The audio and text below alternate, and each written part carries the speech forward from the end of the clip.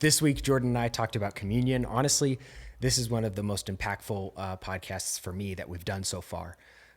We went into what the purpose of communion is, the depth of it. We ended up talking about the pyramids. I hope you guys enjoy it. Send to a friend, like, share. Bye for now. We're back. Mr. Jordan Weaver, how are you? Good. Welcome back. Thank you. Just got here back from vacation. Yeah, I did. I was gone for the weekend. It was Where'd you wonderful. A lake. If you're wondering, like, why is he asking that? Surely he knows. I don't. You told me and I don't remember. What's the name of it? Lamola, Lemur. I don't know. Something with an L. It was fun. It's good? Yeah. Water was nice. While you guys were sweating, watching the roping, I was on a boat. That's true. Sorry about it. I had an air conditioner in the announcer stand all weekend. Oh, good. Levi did not. And so Levi did not. Yeah. Adrian did not. I think there were times I was in there by myself and it was great. Yeah. Hello, Miss Robin. Hello, everybody. Now I'm just go through the list. Jason, Tyler. Jason Graham also did not have air conditioning. Yeah. He tells me, because I started the rope and I said, good news, everybody. I know it's hot, but there's good news. This announcer stand has air conditioner. And so Jason walks up and he goes, the next time you mention air conditioner, I'm pulling the plug. Oh, I love Jason. He had misters. They had misters down there, but then the guys were complaining because the steers were wet, I guess. No. Because I don't know, and so they unplugged it. So the whatever little bit of relief he did have. The topic today. Oh yeah. Is communion. Okay. Yeah, I just thought it would be cool to get all the backstory or the reasons for it because communion. Okay. What did I say? Yeah. I said that right? Okay. First off, what is communion?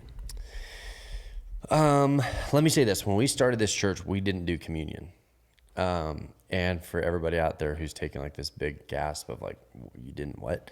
Our goal was this, is that we wanted to be sort of a cartilage, like in a joint, you've got two bones and where they meet, there's cartilage that sort of cushions. Right. We felt like that we wanted to be a cartilage or a cushion between people who would never consider themselves church people and at least the gospel. Now, for people to make a life-changing sort of a decision, it's got to be a Jesus concept. Like Jesus has got to do something in someone's life. And so when people are like, well, you can't reach the lost, Jesus has to reach the lost. Like there's so much philosophical back and forth on that. But my heart was this, is that I wanted to be a place where people who are not church people could at least consider both sides. Like that they just wanted to take in the information. And so communion for me, the reason that we were hesitant in the beginning, and I'll tell you what, we had some church people, you might comment, if you were here and you're one of the church people that were mad at me for this, for a couple of years, we had people who were like, this is not a real church. Or we were new to the community, people didn't know us, and they're like, well, I talked to so-and-so, and they said that if you guys aren't doing communion, then it's not a real church. Also, this is a very heavily populated Catholic region of the United States, and communion is obviously like a big deal for them also. And here's my reason for not, is if you've never been to church, if you've never heard the name Jesus, Oregon is one of the most unchurched states. It bounces back and forth. We're either the least or second to least most churched state in the United States. Interesting. Which is perfect. I mean, if you want to go reach unchurched people, if the goal is to like reach people, that was perfect. And so what I didn't want is for somebody to walk in and they're kind of like, I'm not sure where I'm at. I'm like, this is blood. Okay. Yeah. Fair enough. You can imagine, hey, Chuck Holiday, you're in Denver. Chuck, what are you doing in Denver? I thought I saw Chuck Holiday like yesterday in Prineville. Are we in Denver? Dun, dun, dun. How long was I out? There's a symbolism to the communion, and it's directly tied to memory, taking a stop and like fully remembering it. This is going to come out in a sermon, but this is kind of a long around the way to answer your question. But last year, God and I had this moment at the lease where we had our cattle, and it's like a full year later, he's bringing me back to it. Like I had that moment. I understood it in the moment. I got it. It was great. I felt like God really taught me something kind of out there on my four-wheeler, and then nothing. It was like that story went dark, and here we are a year later, and God's like activating in my life what he showed me a year ago. Right. I was on the four-wheeler. I was going to meet somebody. We're going to move some cows around or do something. Like I'm pulling up on the four-wheeler. It was hot, so I parked under the tree right by the pond. And I just sat there, just had a minute where there's nothing else that needs to go. For some reason, the dogs weren't there. It was just dead silent. And I sat there for about 10 minutes, just kind of enjoying the silence. And pretty soon the tadpoles start kind of swimming back and the fish come swimming by. And I remember I had this moment where I was like, man, this is like cool. This is cool to get to see it like this. Like this is different. And I swear it wasn't, I don't hear God speak audibly. It's not like I have God moments where God's like, hey, Jordan. But it was just this moment where it was like a downloaded concept where I felt like getting a horse for granddaughter. Good grandpa Chuck. I felt like God said, this is what it's always like. Mm-hmm. What you're seeing, this is what it's always like. When you come buzzing in here in a hurry and you scatter everything, like that's only the way it is when you're in the picture, because you're so like, go, go, go, go, go, go, go. And when you will stop messing everything up, you get to see it the way that I always see it. Like that little pond, that little moment, that's exactly what that's like all the time, except for when I'm involved. And it didn't seem like an insult. It wasn't like it was an insulting thing. It was like, hey, sometimes it's good to remember. It's good to remember that I am the one who oversees all this, not Jordan. Like God is the one that has got all of this under his control. Our salvation hinges not on my faith, but on Jesus's action. You know, it doesn't hinge on my religious practices. My whole concept of grace and mercy and salvation and everything that I can claim to be true from the pulpit hinges on the fact that Jesus went to the cross for me. And in all my rushing around and all my craziness and hustling around, I can forget what I know to be true. I can know that it's true and forget it. So back to the communion and the original point, like I knew that communion would eventually become a part of the culture here, and it has. But what I didn't want to do was get in such a hurry to jump to the practices of the I won't say religious practices, the religious performance part of communion, that we didn't even build a foundation under it that says this is what we're trying to remember. How can you start a church that starts with remember? There's nothing to remember at that point. Right. I mean, there's going to be some Christians that come in and they were like having communion with their families at home, and I'm like, that is great. That's what that's what the culture should be. For the young Christians, let's just kind of ease into it. Let them get a little bit of a concept of what it means to understand the cross, and then we're going to back up a little bit and go, okay, remember what you learned a couple of years ago. Remember 2 or 3 years ago, this first like saving understanding of who Jesus is. Let's not get away from that being the cornerstone. So it just didn't make sense for me to start with communion with people that were unchurched or new to church. Keto just said, communion is a symbol ritual, not bad at all, but isn't necessary in believing in the Lord and his word. Christ brought truth and simplicity to the word. Yeah, and so I think that was where I found myself too. Is like I wasn't defending not having communion, and I think people put you in a corner of like, are you for it or against it? Obviously, I'm for it. You know, why aren't we doing it? And I'm like, it's not a one or the other. Right. Like communion to me, the reason it was so important is I wanted to build a foundation of what it is that Jesus taught, why the cross was so important, de-emphasize human performance. Because when you start to really, when any church or organization or any group of people start to really emphasize human performance, it takes so much pressure and puts it on the performance of the people who say they believe, when in reality, the magnitude of what we say we believe in the word comes from what Jesus did. So let's make that our priority. And so what is communion? Communion is consciously remembering a truth that's hard to look at. The cross is hard to look at. How old were you guys? I know the answer is going to make me really feel old, but how old were you guys when The Passion of the Christ came out? Do you remember that? Did you you ever seen it? I don't know if I've ever actually seen that. Mel You know Gibson, why? right? You know why? Yeah. You know why you probably to this point haven't seen it? It's hard to look at. That's hard to watch. It's hard. Levi Wolf was 4 You were when that 4 came years out. old. What year was it? What year? 2004 it came out. Okay. So you guys keeping track? That means Levi Wolf is a 2000 model. Had his birthday yesterday. Yeah, happy birthday, Levi. It's hard to watch. It's hard to look at. Nobody who says, I love Jesus wants to look at the cross.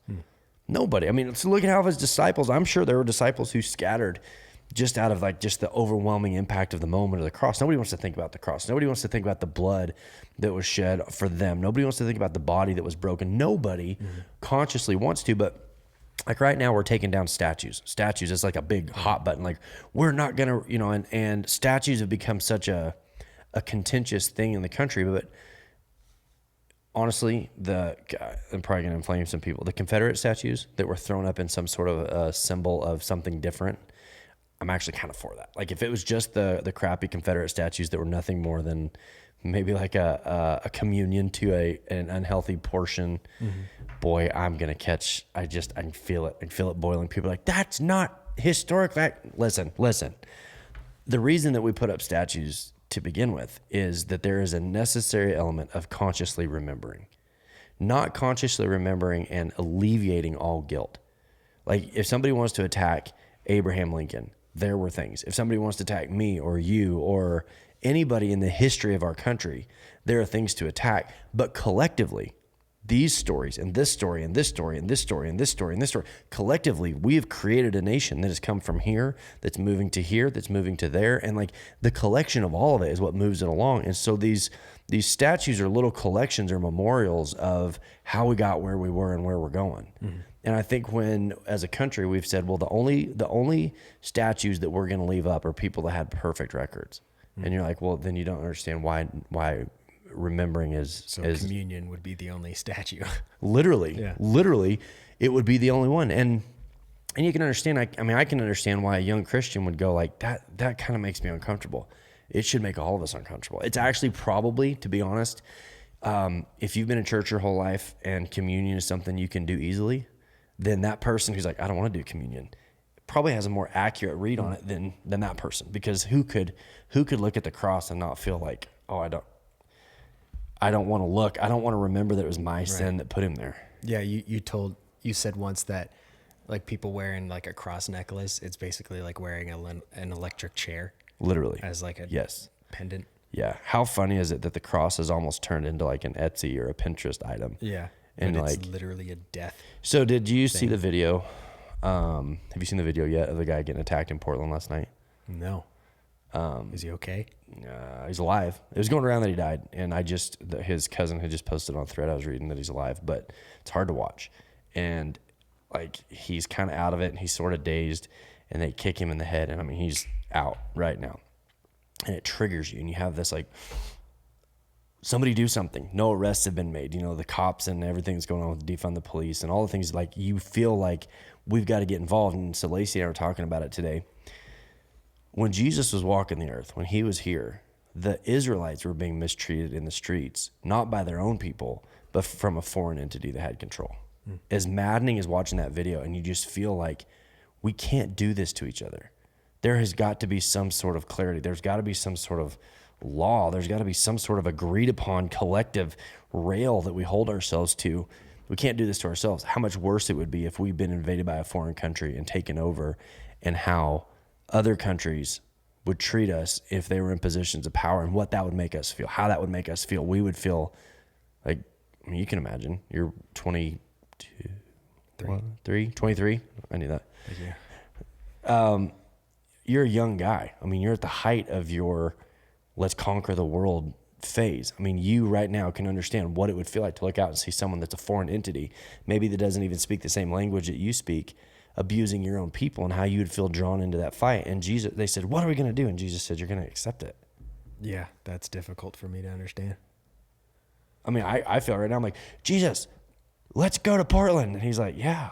And go love them. And hug them. No. Nope. They don't deserve it. They don't need it. And so when somebody wears a cross, that's what they're wearing. As Jesus said, take up your cross and follow me. And it's an indication of where he was going. But man, the communion thing is not, it should never, that's why, how critical am I allowed to be? How many people are watching?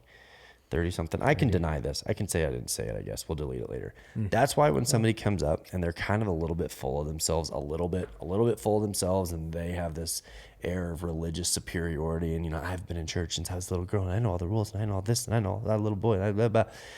We should be doing communion. And I'm like, if you understood communion, your attitude would be different about it. Yeah. Because it's a devastating sort of a truth. It's not something you take lightly. It's not something that you take and you're like, see that, Jesus? Look what it is the most opposite of self-indulgent that you can get if you were taking communion with the spirit that it was intended. There was a story, I ought to Google it. There was a story that said FDR, when they discovered Auschwitz and how bad it was and what the Holocaust all meant. Hello, Jessica. How bad the Holocaust had actually been. There's a story that said that FDR said take pictures. Take pictures. Because if you don't take pictures, someday in the future, Germany's going to be let off the hook for everything that happened here. They're going to look back and they're going, it wasn't that bad. And, you know, people have this ability to change and morph their memories over time. And I can't verify that. Somebody ought to Google it to see if it's true. It may not even be true, but that FDR said, take pictures to prove that what we are seeing here and what we were doing here can be validated. And there's something about not casually remembering something, because like I think about like 8th grade football. I loved 8th grade football.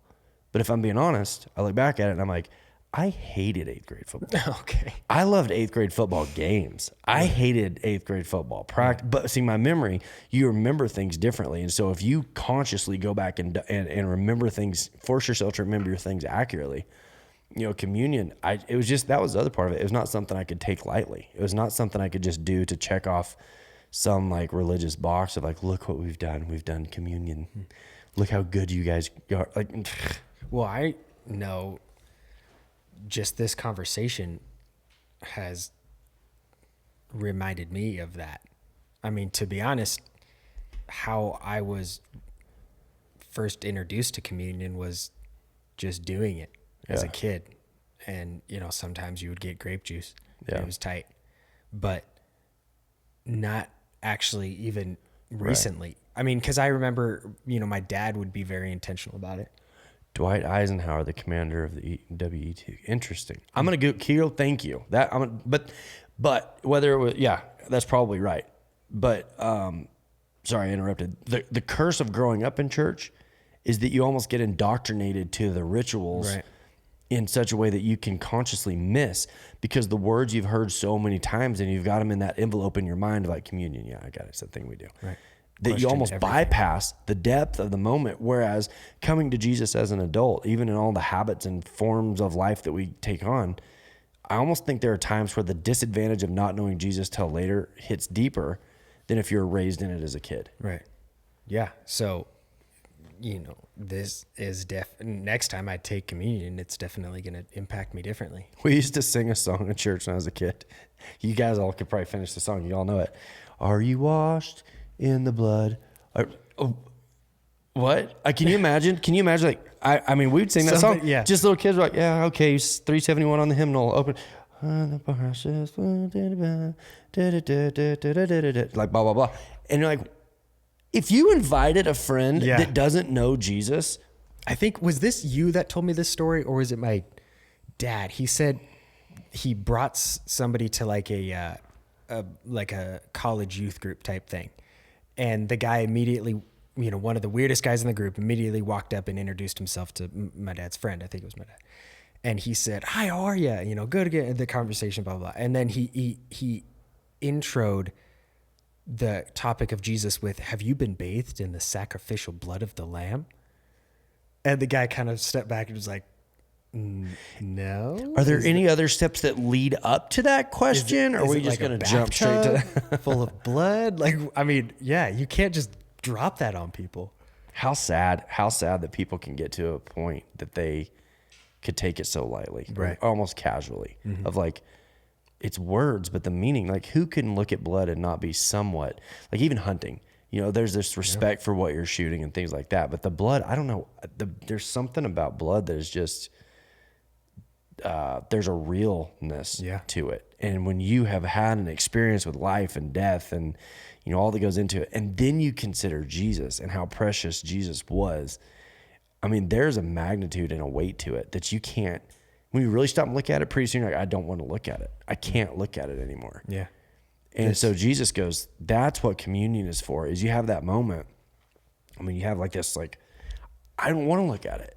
I don't want to look at it because I'm reminded of what was done on my behalf, not only for my past sins, but for these mistakes that just sort of seem to casually come in and go out. And, you know, I have a bad attitude one day, or I'm hard on somebody and I'm not holding myself to my own disciplines. And when you stop and really consider that my sin can be casually forgiven, but it wasn't a casual process. Right.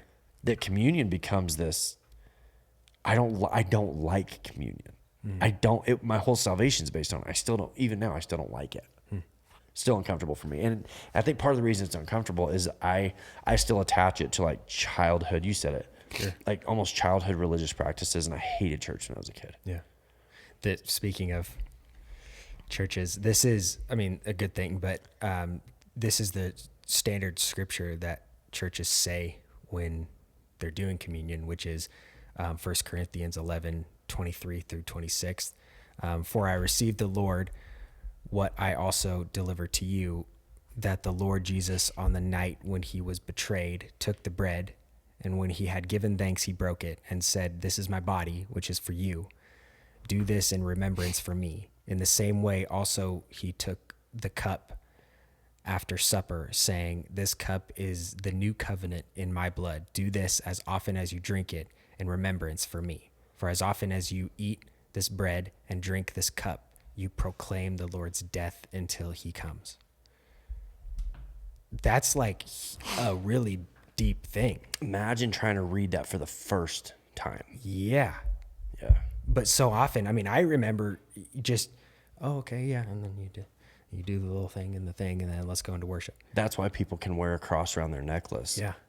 And be as far from Jesus in their actions, even in their professions, even in the things that they do, and still like, oh, wait, because there's symbolism, then I'm somehow okay. Right. It's because we've disconnected from like the weight of the words. Yeah. It's like we've got the bobber on the water, but there's no hook, so to speak. I mean, it looks good, but the real value and the real depth of what we're professing, there's no connection there. Right. That's that verse. There's that verse in Matthew that says that on that day there will be those who say, "Lord, Lord." Yeah. And Jesus will go like, there was never anything here. Right. But we did this, we said this, we did this, but that wasn't us. That was you doing your thing for a reward. And like how easily that trap is set. So I would say that it's a disadvantage growing up in church and getting sort of like acclimated to the words. But like where I walked away from God for a long time, I'm not gonna say that. I'm not gonna say I walked away from God. I'm gonna say I never really knew him. Or if I did, it was like in a way that was more me focused. But then when I came back and you rediscover the depth of Jesus after having known the words, for me, that was a really impactful season of my life because I realized how personal it was, like to me. Mm. To me, I mean, this is such a dumb comparison to what we're actually talking about, but rewatching movies and then actually seeing what's going on, seeing the behind the scenes, and seeing the little things that like make it a piece of art rather than just entertainment. Right. The same thing, you can read a verse and just go about your day, but then you can read the exact same verse a week later and it can wreck you for a week. Right. I mean, that's incredible. That's something to me that's so interesting about the word is that no matter how far we progress in life from depth and understanding and intellectual pursuits and work and successes and failures and relationships and everything that people go through, you never outgrow the word. Right. Ever. The more depth that you gain, the deeper you see into the word, the more it gets there. Want to nerd out for a second? Yeah. How much do you know about the pyramids? I think I know a lot, but I don't know facts. Okay, so a cubit was a measurement that it was used. One cubit is 1/25 millionth of the circumference of the earth. And I'm going to butcher all the details, but we do know this. We know that the math that is embedded and hidden in the pyramids, we know nothing of it. 30 feet below the surface of the ground one time, they uncovered an aluminum wedge next to what was the big elephants that had the big tusks but had woolly mammoth that was aluminum, is made out of like 89% aluminum or 88% aluminum. And we didn't start using aluminum until 1829, right? So when you start looking through, you can nerd out on things like this. I do. It's perfectly aligned to north. It's the closest north direction and then when you look at the edges, the measurements of the equator, north and south, longitude, latitude. So what we do know is this. We know that we don't know anything. Okay, yeah. Does that make sense? Yeah. You know, so for people who are like, oh, the Bible, it's just a little bit hard for me to get my mind around. Like, you don't even know anything about the things that we do see, that we can see. Yeah. You know, when we talk about the water erosion that was on the big Sphinx, Yeah. and how they moved rocks, severe- Stonehenge, Yeah. you know, you start really looking into these things and you start to realize, like, how arrogant to think that we understand anything about anything.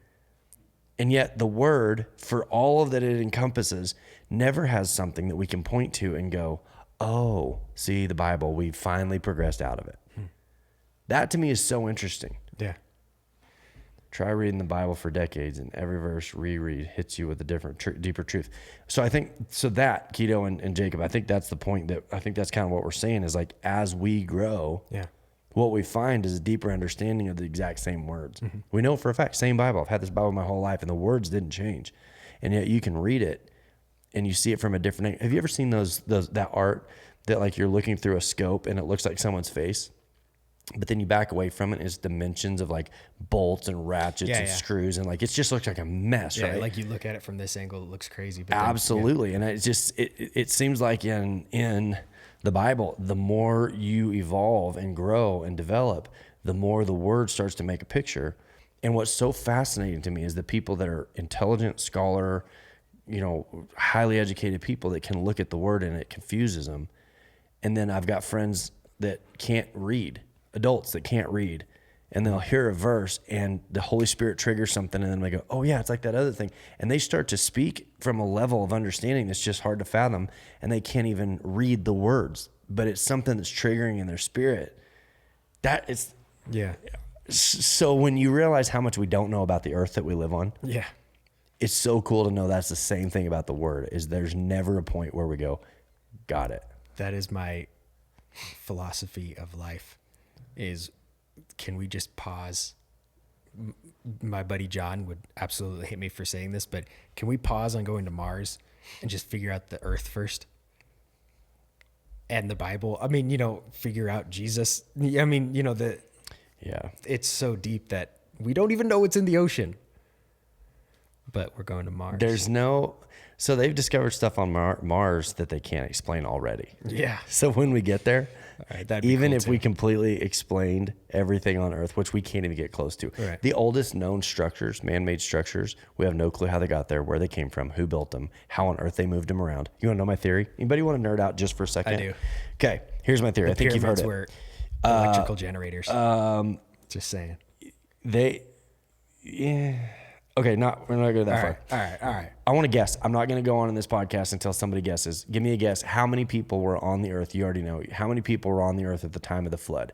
So we're going to go all the way back to the last time the earth was destroyed. Yeah. We're going to go to the flood. Okay. Noah, the window of God's impact into the world was closing. The world had become so corrupt.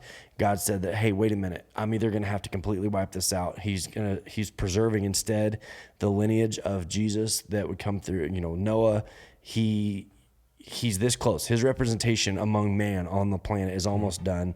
And so the flood's about to happen. Has anybody ever studied this? How many people were on the earth at the time of the flood? And I will wait until we get a guess. When you first were talking about this, I remember this was one of the first sermons that I really, as a person growing up in church, when you talked about this was the first time I was like, oh, that actually makes sense. And that was really kind of what got me to dive into history and the Bible connecting. A practical application. Yeah. Okay, how many people do we have watching? 32? Somebody's going to have to guess. Somebody just pick a number. How many people are on the earth? 32. How many people are on the earth at the time of the flood? 42. Anybody want to guess? 42. I can't read anything. No, 35, but I'm saying 42. That's a Hitchhiker's Guide to the Galaxy joke. Okay, since someone's guessing. They estimate that according to the word, how long people were living, that the world before the flood was different. 12 million. Thank you, Jason. Now I can move on without having been made a liar. Yeah. According to the ages of how long people were living, based on that, we know the earth was different. We know that pre-56. We know that before the flood, the earth was different. We do know that. Mm. At the time of the flood, based on how long people were living, what we understand about the planet, the science according to the Bible, there was no less than 6 billion people 6 billion. There could have been as many as 11 billion. Billion with a B. We currently have 7 billion right now. 7.2. We have 7.2 billion people on the planet right now. But before the flood, there was no less than 6 billion people, as many as 11 billion people. Now, imagine this. Imagine this. People are living for however much longer. Imagine if Steve Jobs had been left on this planet for 200 years or 300 years, if the way that the world worked, because nobody dies of old age. There's no such thing as dying of old age. We wear out and something breaks, but nobody dies of old age. So if the breaking down process was slowed down, there's nothing that would keep us from living longer. We know this to be true in science today. So when you think of all of the technology that was available to man at the time of the flood, when you look at how the ark was built, how it was constructed, that based on primitive, throw things on your shoulder and walk it up. Like, we know the ark was built with technology that wasn't supposed to exist. Right. And so what we also know is that the world that was destroyed at the flood was much further developed than the world that we would suspect. The Pentagon released the fact that we are in possession now of vehicles that were not created here on this planet. Yeah. That's what they're saying. Okay. But there's Don Lazon, the guy. It's this whole thing that they say they were discovered. They were discovered, and so the assumption was it had to have come from outer space. It is 100% entirely possible that the planet before the flood was more advanced in technology than we are today. And you go, hold on a minute. If the 5 of us in this room and our spouses were to walk off the ark and the world had been completely started over, how long would it take us before we got back to an iPhone? I mean, a long time. Yeah. So this idea that we completely understand the earth, we don't even understand its history. We don't even understand humanity. We don't understand so much of the planet, much less Mars. I mean, all the things that we talk about. So when Jesus says communion, what he's saying is, and every now and then, in all of your pursuits, in all of your learning, in all of your stuff, in all of your craziness, in all of your religion or understanding of this or that or whatever, come back to the cornerstone that says at the end of the day, if you don't have all the answers, if things aren't going the way that you want them to go, that's okay. The cornerstone of life is what took place on the cross on our behalf. Oh, that's right. Okay, yeah, no, that's right. It's that moment under a tree where the tadpoles kind of come back and you have this like, why am I so like this? It's that Michael Scott moment. Why are you the way that you are? Yeah. And I am so prone to just crazy, run, that every now and then, of all the things that I don't understand, if I can understand the cross, the basic understanding of the cross, then it puts things back on the rails, so to speak.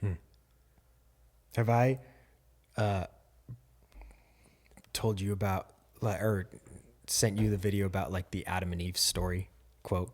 It's the book that was was classified by the CIA. Yeah, back in a long time ago. Yeah, like the 70s. Was it the Freedom of Information Act? Yeah, the Freedom of Information Act released the book. Yeah, but it's 80% redacted. So still, basically, when things are released by the CIA for the Freedom of Information Act, it has to be run through filters. Sure. And they have to actively say this is still a threat to national security for it not to be released. So if 80% of it is still redacted, is still technically a threat to national security, they say. It's called the Adam and Eve story. The Adam and Eve story. The Adam and Eve story is 80% redacted by the CIA because of a threat to national security. Yeah. I think that's what's funny is that we get so confident in what we know. And then people uncover just a few little flakes of we don't understand this. We don't understand this. We don't get that. We don't understand that. And you're like, we don't know anything. We don't know anything. We know nothing. Jon Snow. We know nothing.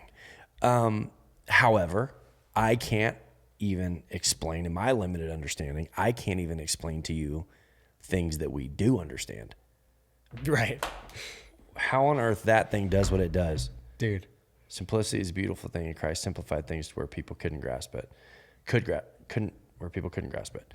I don't think Jesus ever gave the impression, when he talked in parables, I don't think Jesus ever gave the impression of you're this close to understanding it all. Right.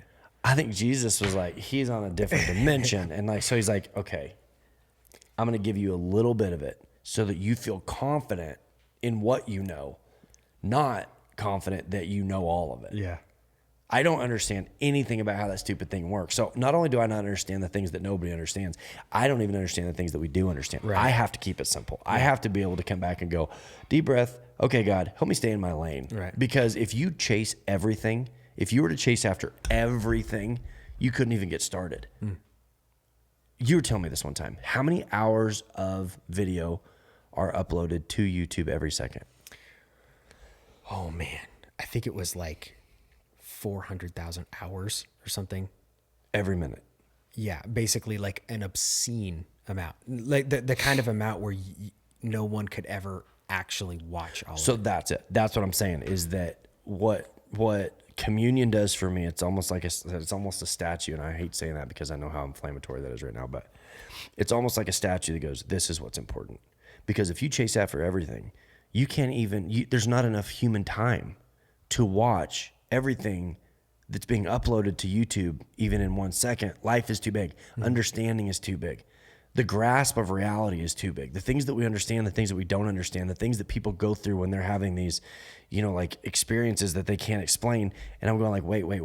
That to me is why communion is so important. Not because I go to church and somebody that's older than me is angry and tells me that I have to. That is way not what it is. Because if your opinion of communion is this is how you do it, Right. because you're indicating that you're close to understanding all of it. Right. Communion is almost like the grasp of like, I'll never understand any of it. So if I can't even begin to understand that, as long as I cling, it's not consuming and understanding the cross. It's clinging to the cross and going, someday it'll be revealed. Someday I'll understand fully what it means to be forgiven. Someday I'll grasp what it means to go experience eternity. But today, since I don't have enough bandwidth to even grasp YouTube, much less, Right. What God is and who God is, are there life on other planets? Is there Right. it allows me the freedom to live only my life. Only my life. I will live only my life, but Jesus is what made that life worth living. How do we do it? See? So we know, okay, the communion is the act of remembrance for what Right. Jesus did. And that's brutal enough. But the actual act of how we do it, meaning for somebody, because I know now after this conversation, I'm rethinking everything. So how does communion happen? What are the actual steps? Someday you will take communion and your mind will be somewhere else and you'll leave the room and you will have gone through the steps of communion and it won't land. How do I know that? Because we're people. Right. That's just part of it. Part of it is there are times where you're like, how did I get so distracted? I'm wearing a cross on my necklace, but what does that mean? Right. To accurately participate in communion is a conscious decision that every chance you're going to make, you're going to slip. It's going to happen. But it's the conscious decision that says, I don't ever want to consciously take this lightly. I don't ever want to consider the cross and then turn off my mind and go, yeah, that's cool. Right. So I think that's it. I think every chance you get to consciously go, hold on a second, hold on a minute. Because that's why I go, hey, we're going to take communion, let's pray. People are like, okay, all right, yep, got it. Like, hey, hang on a minute. Like, stop. And that's what Jesus is like, hey, this is my body, this is my blood. It wasn't a light thing. The people listening to Jesus say that were probably like, Right. Yeah. huh?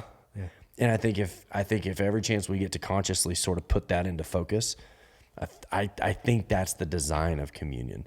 Not the communion, because there's some thoughts about that. There's places that like there are denominations that teach that there's this supernatural transformation that takes place upon ingesting, and there's some all kinds of out there thoughts. So this is just my own opinion, but the communion is not the God. It's not the hero. It's a symbol to remind us of what the hero was and what he did, and the active consumption, the consumption of that. I've got a personality defect. How much time do we have? I have a personality defect. I don't like eating at people's houses. I don't like taking things from people. I don't like handouts. I don't like free stuff because I feel like I'm indebted, right? I don't like it when someone's like, I'll give this to you. I'm like, you know what? I'd rather just not. Right. Hey, you should stay for dinner. You know what? It's just easier if I don't. It's just, and I'm not saying that it's good. I'm just saying that's kind of my natural sort of like, nope, I don't want anything because I don't want to owe anybody, you know, that kind of nonsense. When communion could literally just be the order to stop and think about it. But it's not. You are actively consuming what you say you're remembering. I mean, there's an active sensory aspect to it also that, I mean, it's consumptive. The communion is consumptive. You're not contributing anything in communion. It doesn't say take communion and go give it to anybody else. It says you stop, you admit that what you're doing is you're taking in on your own behalf what Jesus did for you. And so the act of communion in that regard, I mean, even that part's symbolic. When I remember when Jesus died, I think, you know, the veil tore, and I thought it said something along the lines of people finally were able to grasp who he was, what actually just happened. Right. So before that, it was kind of hidden. So, and this is probably actually the depth of this is probably a different podcast, but my 30,000 foot flyover is that in the Holy of Holies, the way the temple was designed is that you weren't allowed in the Holy of Holies. It was where the Spirit of God dwelled. And because of the Spirit of God and the inability to cohabitate with sin, you know, the priests had this long list of things they had to go through. They actually had to wear bells around their ankles because if the bell stopped ringing, you had to drag their dead bodies back out. And this veil was this thick purple curtain. Like I think they said it was like 2.5 inches thick. Jeez. And it separated the holiness, or because holiness means to be set apart. The holiness of God's Spirit was held in that part of the temple, and you did not go back there. Mm-hmm. You could go make your sacrifices out here. And so when the veil was torn, that was symbolic. That was God's Spirit being able to be released onto the earth in a way that had never been possible before. Remember the Ark of the Covenant. Don't look at it, you'll die. And so the veil being torn, the curtain between the Spirit of God's holiness and man being torn, people that understood what the temple was, understood what had taken place. And that kind of goes back to that unbelief is active, the same as belief. But I'm sorry, I don't have enough evidence. I can't believe. That's not how belief and unbelief works. The amount of faith that they had to put into their unbelief to not accept Jesus at that point when they saw the veil torn, the evidence that they were willing to overlook at the death of Jesus proves that people can overlook anything. People can overlook any amount of overwhelming evidence and look the other way. So for the disciples that were around Jesus, was it kind of hidden to them also, the magnitude, or did they understand? Have you ever seen a movie?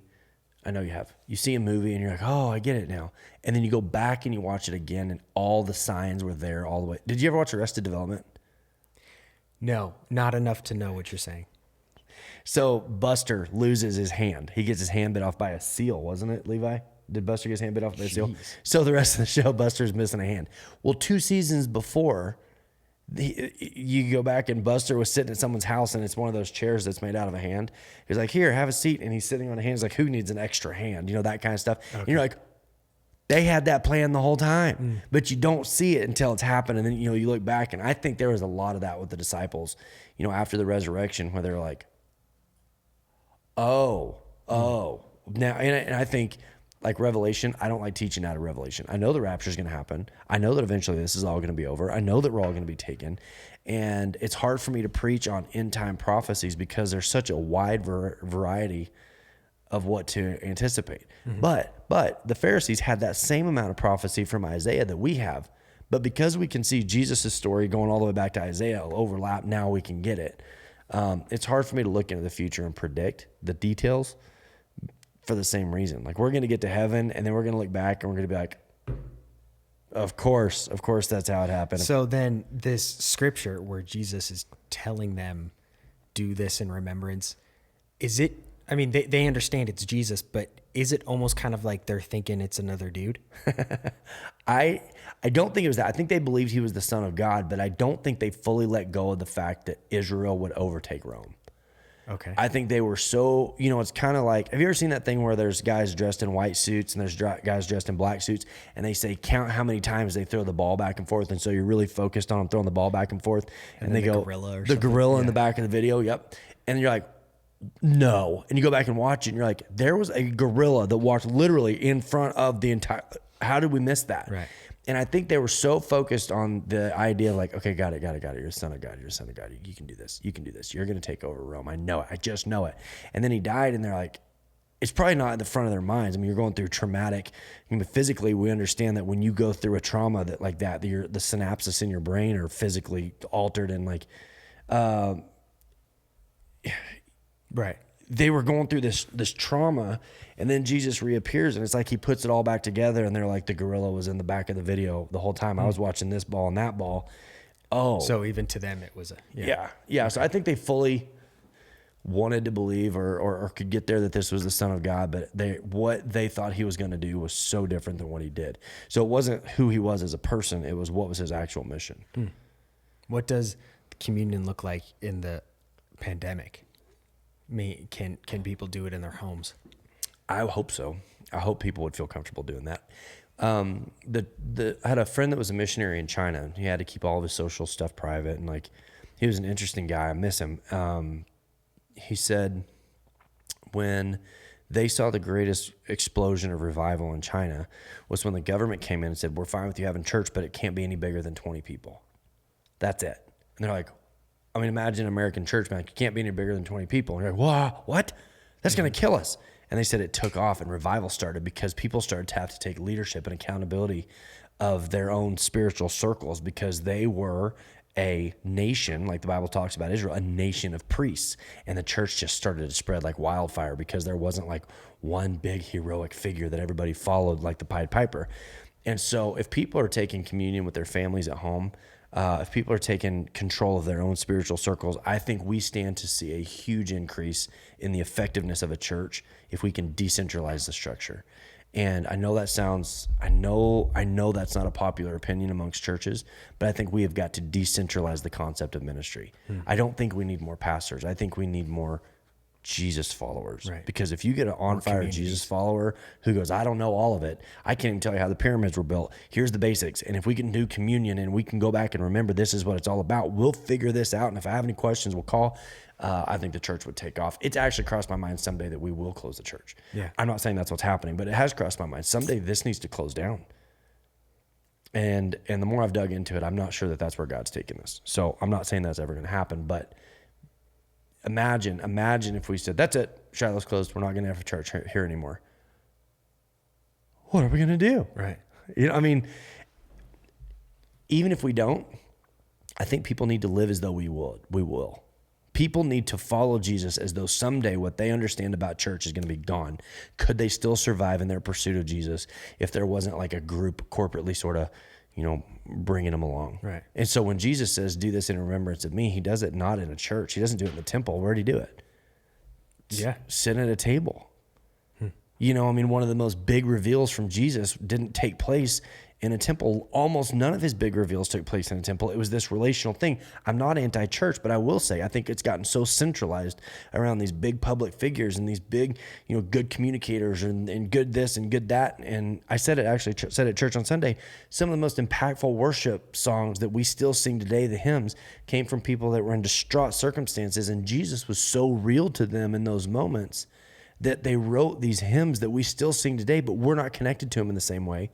Because like Keto said a minute ago, life keeps changing and we don't understand suffering. I'm getting completely off topic, but people have got to understand, if you're going to follow Jesus, it's not so that he can be like, roll call. Okay, are you at Shiloh this week? You're going to heaven. Right. That's not even close. That's not even an aspect of it. He's going to go, I want to bring you into a body of believers, have this conversation this weekend when somebody goes, you know what? We just really prefer it live. We can't really get into the videos, and so we're not going to come. And I go, well, maybe it's not about what you're getting when you're there. Maybe people need to see you. Maybe you're contributing. When you walk in the doors of Shiloh, your presence, you bring a value with you that is only specific to you as a person, and you come in and you're contributing your value and yourself to this body. That's why Jesus brings people into a body of believers, is that a community we can enrich each other. And so if there's a church where everybody comes in and goes, tell us a sermon, preacher, shut it down. I don't even want to pastor anymore. It should be like we can come together and love each other and enrich and bring people. Like, this is a demonstration of a city. What is Shiloh? Shiloh is a city of people with a shared core belief of values that if we demonstrate that and we have communion, so to say, that we come back and we remember. Here's the problem. We've gotten away from that as a church and in the nation. So when Jesus says, you do this and you remember, and I want to do something in your life and you're valuable and you're meaningful to the kingdom, it is absolutely anti to say, well, I don't go because I don't get it the way that I want it. That tells me you weren't connected in the way that I hoped that you had been. I want people to go, I'm here because I love Jesus. He speaks to me throughout the week. We come here on Sunday as an accelerant, not for survival. We don't come to church on Sunday morning or else we're going to backslide and go off into our old ways. I mean, hopefully it helps. Hopefully that's what Bible study does, but consciously remembering what happened to us on the cross keeps us from becoming people who are like drinking our Starbucks, wearing our fashionable clothes, talking about fashionable topics, sharing fashionable posts. Like, how can you become fashionably religious when Jesus says, don't forget the blood and the broken body? How do the two operate together? And I'm not saying a fashionable person. I don't care what you wear. I'm saying a fashionable religious product that says, well, I listen to this podcast and I go to this group. And like, right. How can we look at this blue collar version of Jesus that the Bible gives us that says, remember the blood sacrifices, the honor of what happened on the cross on your behalf, and go, it wasn't very good this week. Yeah. That your walk with God is relegated to 1 hour. How was it this week? Well, it wasn't very good this week. Yeah. That's your whole God concept? Yeah. Oh, geez. I wrote this question down with a certain idea of what the answer was going to be, but I think it's actually the opposite of when I first wrote it, which is, do you think people will have more of a desire to participate in communion with a better understanding of what communion is? But I think it's almost the opposite of now, even me, I would feel weird if I'm not in like the right mindset. I would feel weird doing communion. And then to look around the room and to see everybody of like, is everybody in this room actually understanding what's going on? Nope. Because I think it's actually the opposite. I think now with this understanding, I think people are going to not participate as much. I think they're going to participate in their own time, maybe more often than in churches, but actually being in with everybody else, man, that's why, I know it sounds cheesy, but that's why we tell people like, hey, if this corporately, collectively is what we're doing, is online is such a big part of the vision of what Shiloh's trying to accomplish. Mm-hmm. When you share that, when you share a podcast or share a sermon, you're putting your stamp of, this is what I am a part of. This is a group of people that God has brought me into to contribute. Mm-hmm. Not, but I'd like to. Right. I remember the first time, it sounds crazy. I'll tell you the whole story. I was going to church in Colorado Springs, and I was 21 years old, and I loved the worship there. And I'm going to tell you, the pastor there preached the word in a way that I could understand. And I've never been more excited about tithing my whole life. I looked forward to it. I wanted to contribute. I wanted to believe that my presence in that building, I had the ability to contribute and make an impact.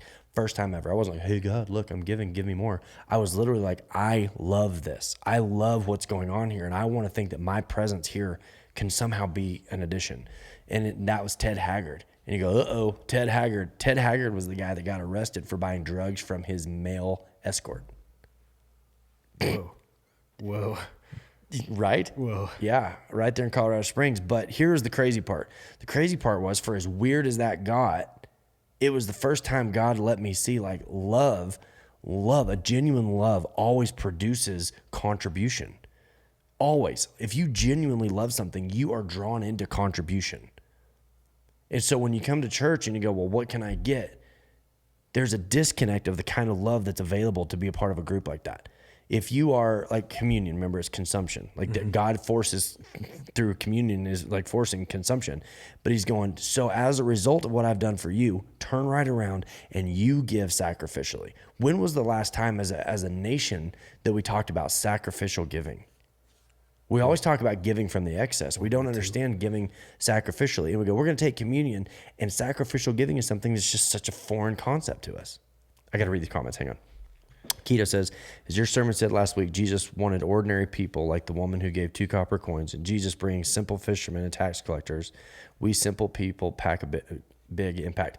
See, but the only way that we're going to live up to that, Keto, because you're exactly right, but the only way that we're going to grasp that is to believe that God is the cornerstone and we are contributing members of the kingdom.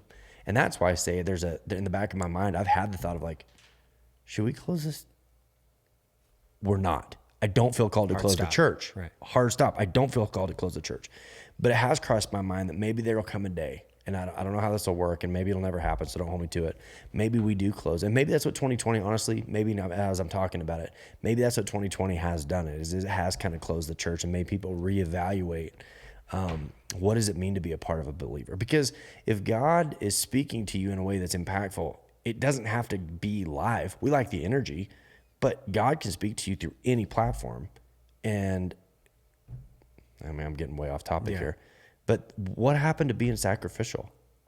Yeah. It's like we're told, like, you can give only if you have plenty extra and you're okay. You can give, a couple little things here. And like that robs from the culture. That robs from the culture of people that God is creating in the kingdom. Mm-hmm. God is creating a culture or a group or a value in his people that say, give beyond what's comfortable, because that's one of the defining characters of what it means to be a Jesus follower. Sacrificial giving. Is there a time we shouldn't take communion? Well, the Bible says, if you take this unworthily and things like that. And I don't want to get into all that because, to be honest, there's a pretty wide-ranging variety of what that means. There have been times where I just felt like I was in such a weird place. Just spiritually, I felt like I can't right now. I mean, when I was running from God, like we'd have communion at church, and I'd always like step out, run to the restroom, whatever, because I had to go to church as a preacher's kid. But right. No, I don't know that there's ever actually a wrong time per se. I will say that it's something that consciously I would try to make an effort not to do lightly. Right. I mean, it's such a meaningful thing that would be my caution, is like, hey, if this is something you're not into, start there. I heard somebody ask a question one time where they thought, is communion the same as like salvation, like accepting Jesus into your life? What would you say? For sure not. Right. No. Because the thief on the cross didn't take communion. And Jesus said, today you'll be with me in paradise. He also didn't get baptized. Mm-hmm. So Jesus is the story. Right. Jesus is the salvation. And that's where it gets kind of weird. If you're not taking communion, you're not this, you're not that. It is literally a moment where we consciously, okay, you got two versions of consciousness. You've got subconscious and active conscious. And so if you're driving down the road, they say that like a car will be talking, everybody's visiting. When you go to pass a slower vehicle, everybody in the car goes silent. And the reason everybody in the car goes silent is they know your conscious focus has shifted now to the road because of an increased sense of danger. Like there's a higher risk. So everybody in the car stops talking because they know you're not listening anyway. You merge back into your lane, everybody goes to talking again. And it's this unspoken thing that we as people do. And I think there are times you go through the motions of, we're taking communion, but you're not actively giving it your attention. And I think that's where it gets hard, because when you actively give the blood and the body your active attention, it's like, oh man, I'm back again. Here I go. What have I been doing? It's like, what's going on? How did I get so distracted? Active conscious awareness of what's going on. 2020 should show the need for faith, understanding, and giving. Shiloh will be grabbing more gears and helping more people in need. Shiloh is a part of the salvation process. Keto, I love that. I hope that's true. I pray from your mouth to God's ears, because it's going to be hard for people to understand what Jesus is and what Jesus does if the only thing they've ever experienced is religious performance. Mm-hmm. I think it's harder. Yeah. It's harder to grasp the concept of Jesus if you've been around the strict, uppity, distant, rule-following type. That's one of the things the Bible says, that the Pharisees who were rule followers. Mm-hmm. It almost says it like as these big-time rule followers. It's almost like there was a moment there where Jesus refers to the Pharisees as the rule followers, not because the rules were bad, but because the way that they treated them, they were actually creating a boundary between the people who needed to see Jesus and they were standing in the way of it. I saw this show one time where there was a group of people, monks or something, who were part of a club, religion or whatever. And then, but somebody from the same religion came to their celebration, but they were practicing it like in the wild. They were an adventurer and that kind of stuff, but they were practicing that stuff. And when they came, they were haggard and torn up and scratched and bruised everywhere. But it's like they were actually doing it versus these guys were clean and had everything put together and they were doing the thing. And everybody kind of stopped and was just watching this guy because it was like the true experience of whatever was going on. Right. It's almost, that's kind of what's popping into my head when we're going over this is I want to be that guy in the church that walks in and is sobbing when we're taking communion. Everybody's kind of like, why is he taking it so hard? Right. And it's like, how are you not? How are you not? How are you just standing around? Yeah. You're holding hot coffee in your other hand while you're doing this. Set everything down. That's who I want to be. I think that's why God let me be raised as a preacher's kid, is because there's no people more cynical about the church concept than a preacher's kid. So to have gone through the cynicism and come back again, that moment of like, why are we so focused on this stuff and we let this stuff fall away when this is the stuff Jesus talked about and this was the stuff that trips people up. And so that reality of like Jesus, I love the title and I've never read the book, but there's a book called Jesus plus Nothing Equals Everything. Right. And that's the concept I'm talking about. Like, hey, if you go back to the cross and you consciously go, deep breath, I'm going to look at it. I hate this. That is that cornerstone that says, I don't want to get too far steeped in the performance. Dang. That's, that's it. There you go. That's all I got. Jacob told me before he started, he goes, I think this one might be a short one. Yeah. I was like, communion. All right. Like, we'll just kind of talk about the thing. I am sitting here mind blown. So I hope everybody else is. Same. You know why? Because every now and then I need it. Even the stuff that I know, I come back to it and I'm having that same moment of like, I don't think I've been as focused on some of that. So yeah. Now I got to think of other things that I'm overlooking. That should be everybody's thing. Question everything. Everybody, thank you for being here and listening to this. Google how the pyramids were made. It's a great study. See you guys.